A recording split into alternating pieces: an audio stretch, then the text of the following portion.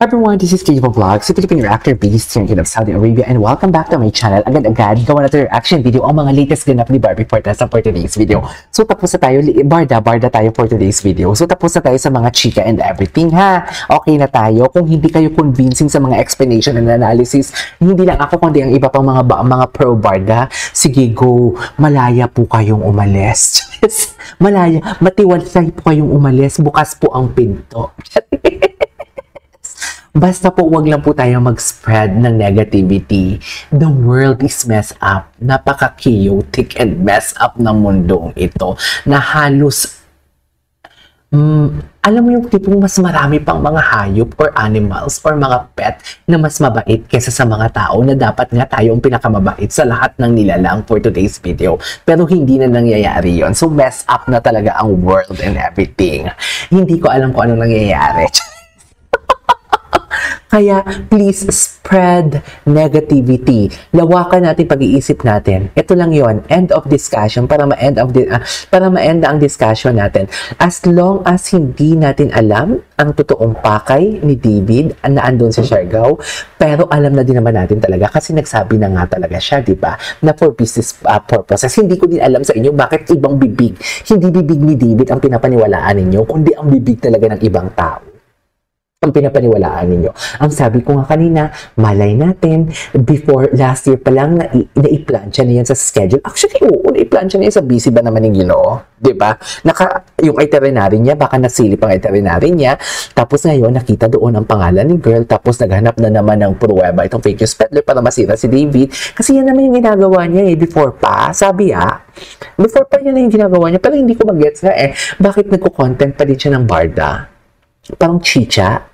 Di pag ito dininay ni David, asahan ninyo, sasabihin niya na naman yan na parang, pag si David magsalita na business partner, sabihin niya, ganito, ganyan, hindi niya maamin, ganito, ganyan, everything. Ginagawa niya talaga ng butas, tapos pag may kakakilig, uuna na naman yan sa balita. Charissa, siya din naman yung uunang kiligin. So parang alam mo yung parang, halatang alam mo yung, ginagatasan niya lang talaga and everything. Ako hindi ako masasabing ginagatasan ko ang barda. Dear, sinasabi ko sa inyo, marami akong content. Hindi lang ako magkanda ugaga for today's video. It's just that marami lang talaga din content na dapat gawan ang barda na ayaw kong palampasin na gusto kong panoorin din. Kasi diba, usually pag gumagawa, share ko lang sa inyo kahit wala kayong pake, okay? Usually pag gumagawa ako ng content, once na napanood ko na yan, hindi na ako naggumagawa ng reaction video. Kasi wala ng element of surprise. As a reactor kasi, number one namin yan na parang, number one rule talaga ng mga reactor yan na once na gumawa ka ng reaction video, it's always on the spot. Para kasi ang reaction ang tinitingnan mo. Ang tinitingnan ng tao, hindi yung video. Kasi napanood na nila yan Kung gusto nilang panoorin yung original video, kung gusto nilang panoorin talaga yung video, doon sila sa original, hindi sa reaction. Diba? Kaya kaming mga reactor, hindi kami yung nag-upload, re-upload, hindi ganun yun. Hindi kami ganun yun. Ang point ng reaction video is something like the genuine, unang beses mo palang nakita, tapos ano yung reaction mo. Kaya yung mga first time to react na mga content namin, for example, BTS, Blackpink, mga first time namin na ginagawa ng reaction, palong-palo kami yan sa views, mga mami.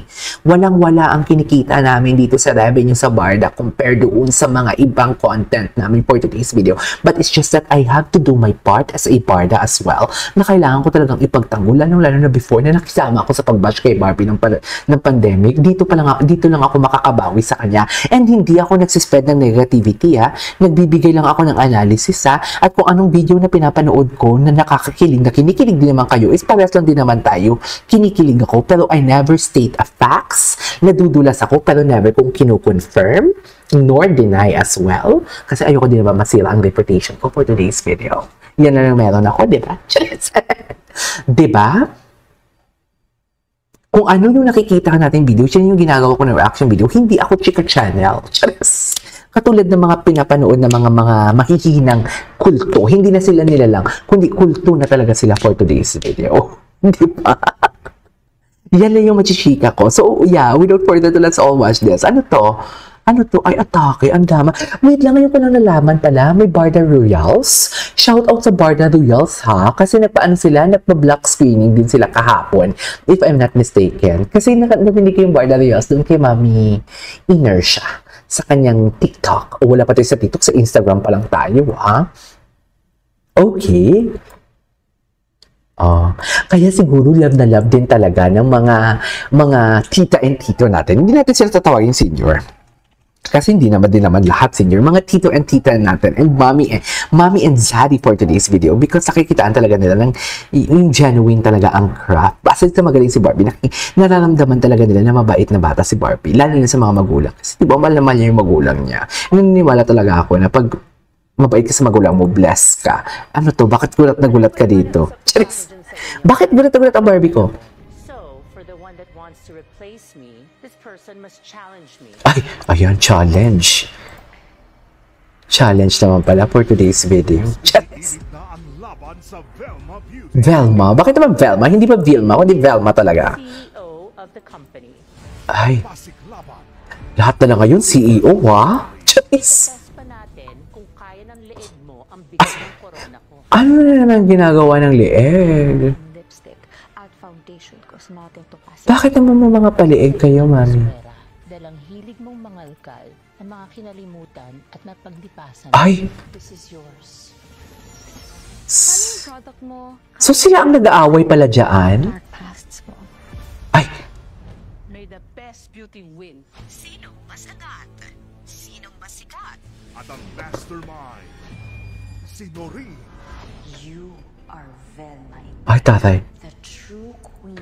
Wait lang, may babasahin lang ako, May binabasa ako dito. Ang sabi dito, dinibunk daw yun ng mga kasama ni David that there is no such thing as GF and Siargao. And also 2 days lang pala si David there just to have site inspection for possible Airbnb consent in the area. So basically, hindi ko ito patapaniwalaan hanggat hindi naman talaga nagsasalita si David in everything kahit pabor sa atin to. Okay, pero ang gusto ko, tumutugma sa analysis ko, you know what I mean, tumutugma sa analysis ko, napaka-December pa lang, alam niya ang itinerary ni David, tapos nakalagay doon, okay, meeting with Alex Manalang and family because of due to the business in Siargao and everything, tapos sinerch yung Alex Manalang, tapos kinaibigan itong mga, kung sino-sino pwedeng kaibiganin dyan, and right after that, ginawa na ng kwento na girlfriend na siya, para masira si David.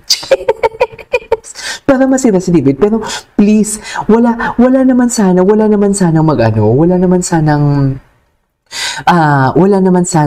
do you call this? Mang-away. Wala naman sanang mang-away kay David. Please, itry natin i-analyze ang mga bagay-bagay for today's video. Okay? Itry natin i-analyze. Ano to? Napanood na natin. Ay, ito, hindi pa natin ito napanood. Ang ganda. Iba talaga si Miss Genre. Ano ba ang pronoun si Miss Genre? Ay, atake. Atake, back. Ay, diba? Mukhang mananampal si Barbie dito. Charis! Mukhang mananampal si Barbie dito. For today, ay, ang paborito ni Ginoong parte ng katawan ni Barbie Fortesa. Ang likod. This is KJ Vlogs and see you on my next vlog. Bye. Ganon.